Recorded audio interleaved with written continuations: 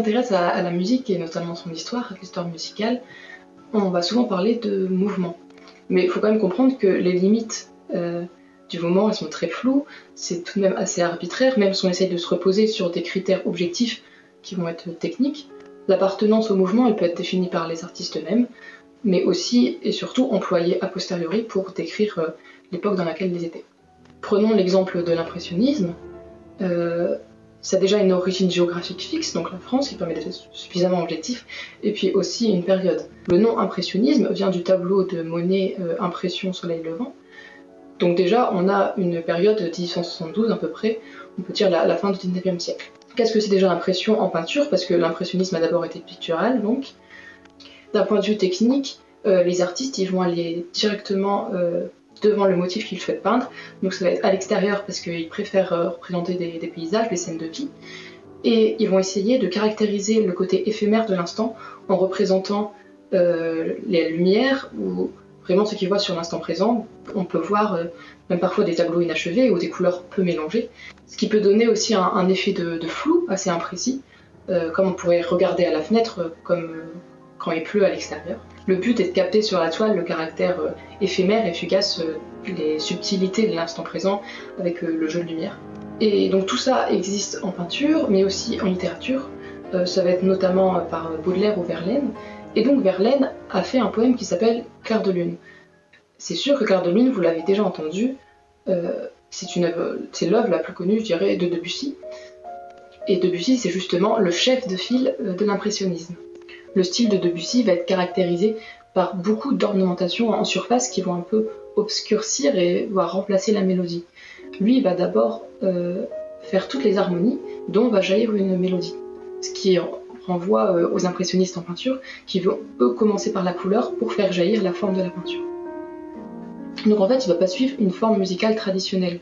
L'impressionnisme, c'est un peu une musique de suggestion. En fait, le but, c'est d'amplifier l'instant suspendu. Debussy disait lui-même que la musique, c'est l'instant entre les notes. Et en fait, on peut le voir dans son morceau le plus célèbre, donc Clair de lune, que le début, avec beaucoup de lenteur et de silence, est pour autant tout aussi captivant que les parties avec beaucoup plus de notes et plus rapides.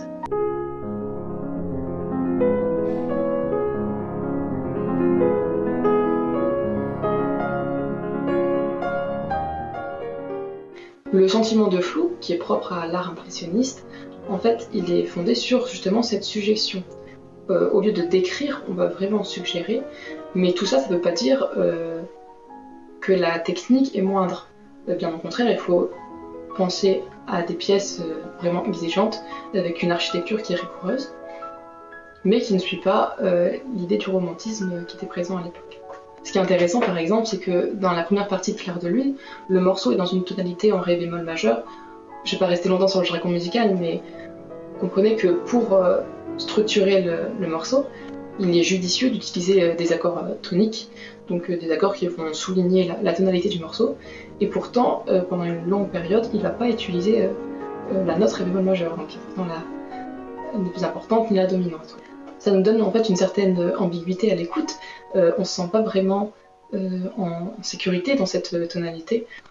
Son œuvre, elle est aussi caractérisée par la mobilité et l'imprévisibilité pendant tout son discours musical.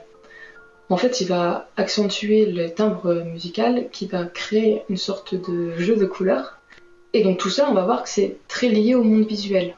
Ce concept-là qu'on utilise de décrire des œuvres musicales avec un terme plutôt visuel, plutôt adapté à la peinture que la musique, ça nous montre bien que les deux courants sont très liés, mais peut-être aussi qu'on manque en fait tout simplement de termes pour décrire la musique plutôt que la peinture. Donc ce qui était intéressant avec l'exemple de l'impressionnisme, c'est qu'en fait, on parle toujours de Debussy en tant que chef de file, et pourtant Debussy ne s'est jamais dit, ne l'a jamais avoué qu'il était impressionniste. Il a toujours bien nié, prenant même cette accusation ridicule. Il a aussi argumenté en disant que pour lui, il n'y avait pas d'imitation, mais plutôt une transposition sentimentale. Son but est de décrire l'invisible de la nature, et non pas de faire une peinture qu'on pourrait poser au mur. Lui, il voudrait voir la création d'une musique qui est libérée de tous ses motifs et ses mouvements, une motif qui disait que rien n'interrompt, qui ne se répète pas elle-même. Il voyait la musique comme une expérience, comme une œuvre à prendre du début à la fin, sans aucune répétition sur elle-même. Son but est donc à l'opposé de faire une musique qui reste en tête avec un son catchy, comme on pourrait dire, avec des refrains, etc.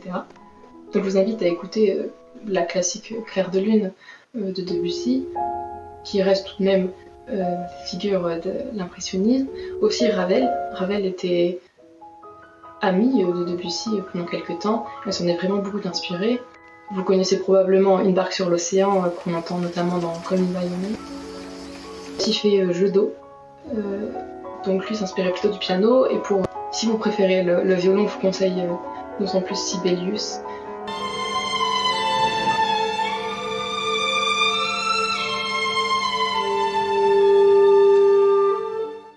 C'est vraiment une occasion de découvrir des artistes qui ont peut-être des goûts en commun.